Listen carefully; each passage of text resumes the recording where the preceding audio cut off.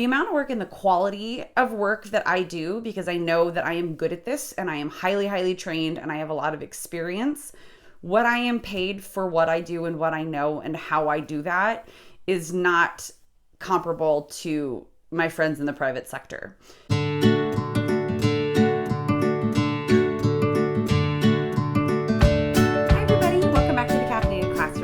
Today, we are going to be talking about something a little bit different. It is the very beginning of summer. In fact, today was my very last day. I had my staff breakfast, and I actually headed over to my school that I'll be returning to next year to get my keys, which is super exciting. But I am not quite talking about that today.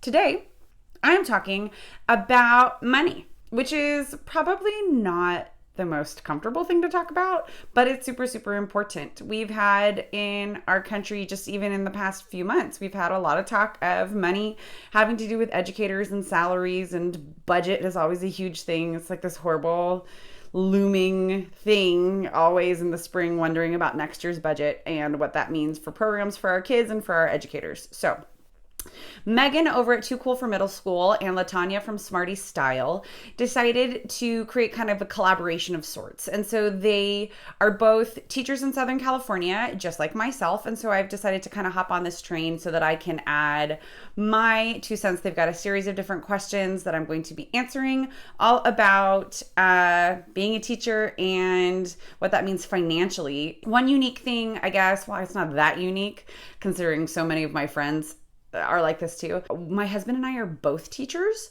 So that means that this is for our double income, all of these answers. Okay, so the first one, what state do you live in? I live in California, Southern California to be specific. How many members are in your immediate household? There are 4 of us. It's myself and my husband and our 2 kids, my son who's almost 5 and my daughter who's almost 2. And number 3, are you a single or double income household? We are double income. Both of us are teachers. Do you own or rent? Number 4, we own our home. This is our second home. And we bought this house, oh my gosh, almost a year and a half ago. That's exciting. I don't know, more than a year and a half ago. Holy mackerel, time flies. Okay, number 5, what is your highest level of education, and does your education level affect your pay in your district? Yes, my husband and I both have our master's degrees, and yes, that pushes us all the way over, or almost all the way over to this side of our pay scale, which is a very good thing. It's a great incentive to get your master's degree because it moves you over in step, and then you just, it moves you over in class, which is like levels of education on the top, and then moving down steps is years of service. Number 6, how much did it cost for you to attain your degrees? Are you still paying for your education or student loans? Oh gosh, how much did it cost me? We met in our undergrad at San Diego State, and that cost doubled just in the time that I was there for my undergrad. I continued at San Diego State. My husband and I both got our credentials from San Diego State, but I got my master's there as well. I was an Aztec for a decade. And I want to say my tuition was upwards of $4,000 a semester, which is pennies compared to some other programs. My husband did his an online program through USD, the University of San Diego, and his was substantially more money. Mine I paid cash for because I did my master's when I was still single, so it was just me and I had money saved up and I took care of it when I was already teaching. But then my husband did his online while I was pregnant with our daughter. So just a couple years ago, he finished up his master's degree, and we were lucky enough that our family was able to loan us the money, so we don't have any interest or anything like that to pay back, but we are still paying that loan back. Yeah, so, I don't know. Number 7, how is your salary schedule structured? The starting point, max out salary, annual incremental increases. Well, both of us actually we're in 2 different districts. My husband's at a charter school and I'm at a unified school district. And we're also both hitting the sweet spot where both of our salary schedules have a jump after year 11, and that's where we both are. So we have a huge jump next year to both of our salaries, which is kind of incredible considering our kids are getting older and they're starting different activities and stuff. So there are new expenses coming in. But I think the starting salary in my district, the very, very starting is $50,000 and some change. and then it goes up to over 100 by like if you're all the way down at the bottom and all the way over. And then there are also like your master's degree is like the second to last class or like column on our salary schedule. You can also earn like points kind of things doing these special like PD kind of courses, and I could create one and earn points for that and then move over to a 3% increase. There's a certain amount of points you have to have in order to like move over on the schedule, and then it only lasts for like 2 years or 3 years. Number 8, where are you on your district's salary schedule? I am actually next year I have the points to move over one to that very last column, which is exciting because that's a bump on top of the salary increase that we're already getting as a whole for our district. So I am there, and then I am down, I'll be on year 12 because I'll be finishing up year 11 right now. So I am between, I think next year, I should know this, you guys, but it's the first day of summer, so my brain's a little bit wishy-washy. I am in the range of like 70 to 80,000 for myself, and my husband I think is like one step higher than me because his district plays a little bit better than mine does. Number 9, do you supplement your income in any way? How? We are actually starting to. Between the two of us, we have, my husband's been teaching for 11 years, I've been teaching for 11 years, so we have over 2 decades of experience between us, which means over 2 decades of curriculum. And so I've opened a Teachers Pay Teachers store, and I'm going to start loading as much stuff as I can this summer. So my husband is a social science teacher. He teaches AP Human Geography, so a lot of people can use the resources. And then I have taught pretty much every grade of English. I have taught and run a theater department, a theater program. And so I have a lot of curriculum that I want to share and get out there. So hopefully that will supplement a little bit of our income. But other than that, we both tried to get summer school this year and it just like didn't work out. So we had to do some extra saving, and I think we're going to be doing a lot of picnics in the backyard this summer. Not a whole lot of going out. So that's okay though. Number 10, how much money does your district give you for supplies at the beginning of the year? Do they provide basic supplies throughout the school year? Well, the way it works is kind of different, like depending on your school site. I have a unified district, so it's K-12.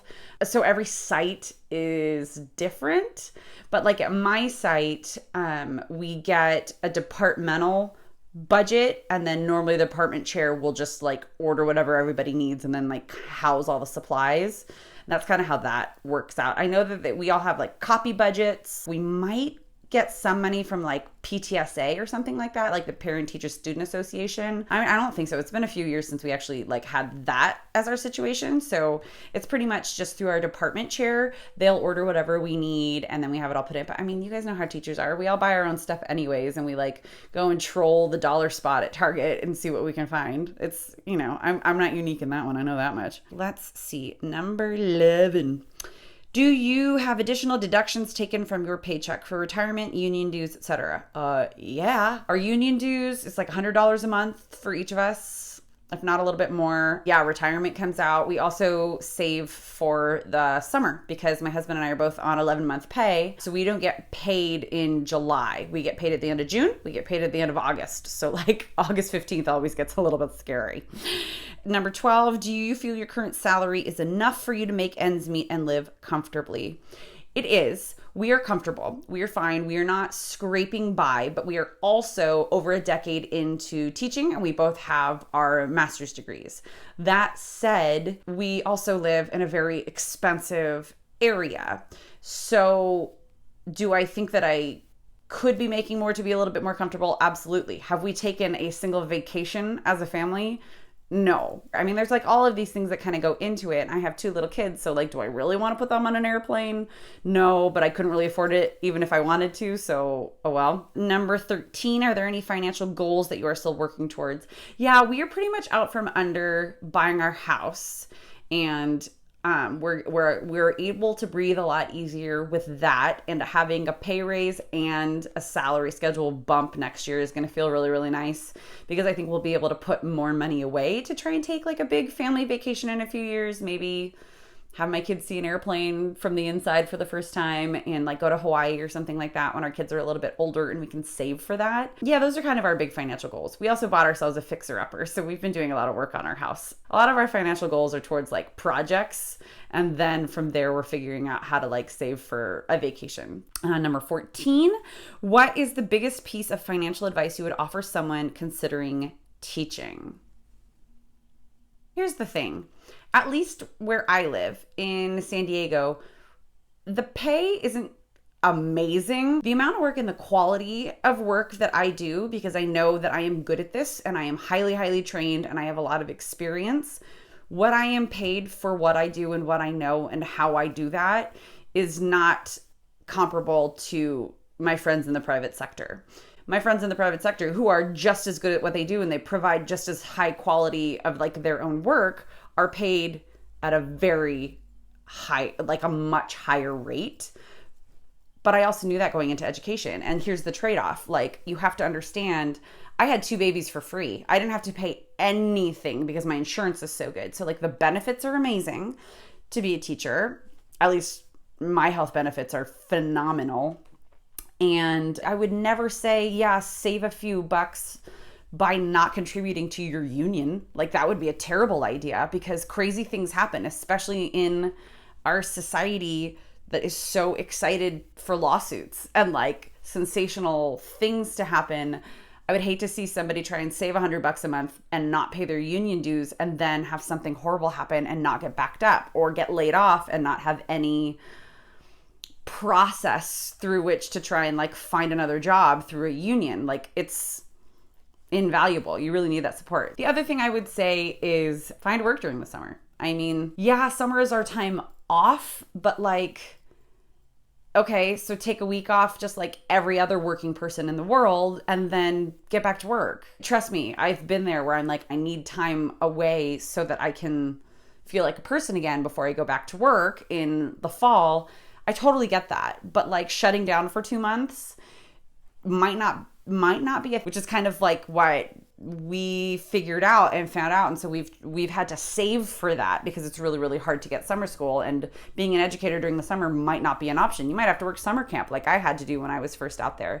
You might have to be a virtual assistant or go work at the movie theater or work at your local like fair when it comes to town and like work security and take tickets. I know a lot of people that do that for the San Diego County Fair who are teachers, and it's just because it's different work. So it's still a break from the classroom, but you gotta live, you gotta eat, and if you have a family, they have to live and eat too. Okay, there were 2 like bonus questions that Megan added, so let me find them. Where are you? Okay, here we go. How many months of the year do you receive a paycheck? Okay, so I already said this, but we used to be on 10-month. When you start teaching, you are automatically on 10-month pay plan. So you get nothing in June or July, or maybe it's July and August. So like, it's hard. I switched over to 11-month pay probably like 8 years in, and I don't know why it took me so long. I think I just like kept forgetting to do it, and then like the window would be closed. So my husband and I are both on 11-month pay, so we don't get paid at the end of July, because you only get paid once a month at the very end of the month. We don't get paid at the end of July, so we put money away to our little like summer savings account all year long so that we can pay our mortgage and we can pay our bills, and then from there we try to save a little bit extra so that we can like be fun, because that's a really like sick part of it, right? You don't get paid in the month that you don't have work. And it's like gorgeous outside, so you just want to like go do whatever and you like can't. So it's it takes some strategic planning to be able to have a lot of fun during the summer and relax, but then also not like overspend completely and be irresponsible. And then the last question is, what are some of your major expenses each month? I mean, our biggest expense is our mortgage. It's like the biggest chunk. It's almost half of our income. It's like 40% of our income every month. And our other big expenses are really like utilities really aren't that bad. I'm pretty good at bargain hunting for food, and I've got a pretty good system for like making sure that everything we buy goes into some sort of a meal for the week. So we don't do a whole lot of waste there. We normally don't eat out more than maybe once a week. If that, we do a lot of brown bagging. So yeah, those are like our biggest expenses. I hope that this has been informative, maybe even a little bit eye-opening, and maybe a little bit I don't know, like when you're first starting out, especially as a teacher, especially if you're like me, I was 23 when I started teaching. I really didn't understand finances in the first place because I don't have a financial background. I'm an English teacher. And so that was just kind of like nerve-wracking for me. And rather than like researching and finding out about it, I was so overwhelmed that I just like ignored it all. And I was like, okay, no thanks, bye-bye. I'm just going to pretend that I don't know anything. And I kind of learned the hard way that like, no, you really need to know like what is coming out of your paycheck, what's going into your paycheck, and like what's happening, because people can make clerical mistakes, errors are made all the time. And it's just good to be able to be responsible and know exactly what is going on with your money and how much you should have and how much you can afford. So hopefully this helps a little bit. Maybe if you're just starting out or if you're looking for a job right now, I wish you good luck. I know it feels like you're never going to be able to rise up and over the hump of like that beginning teacher salary, but you really, once you're in and you're in it like for a little while, it gets better and you find ways to supplement your income if you need to. We're working on that right now. Maybe even writing like courses for universities to offer online, and maybe even moderating our own courses. We'll just kind of see. My husband and I are about to get pretty creative so that we can start having more fun and start like paying money, not just utilities and necessities, but actually to like fun stuff. I mean, we have a lot of fun, but you know what I mean? We really want to go to Hawaii. So wish us luck. Okay, everybody, I hope your summers are all off to a great start. I'm about to go and deep clean my house so that I can relax all weekend long, because I'm one of those people that can't relax until my house is clean. And okay, I'll see you guys next time. Thanks for stopping by.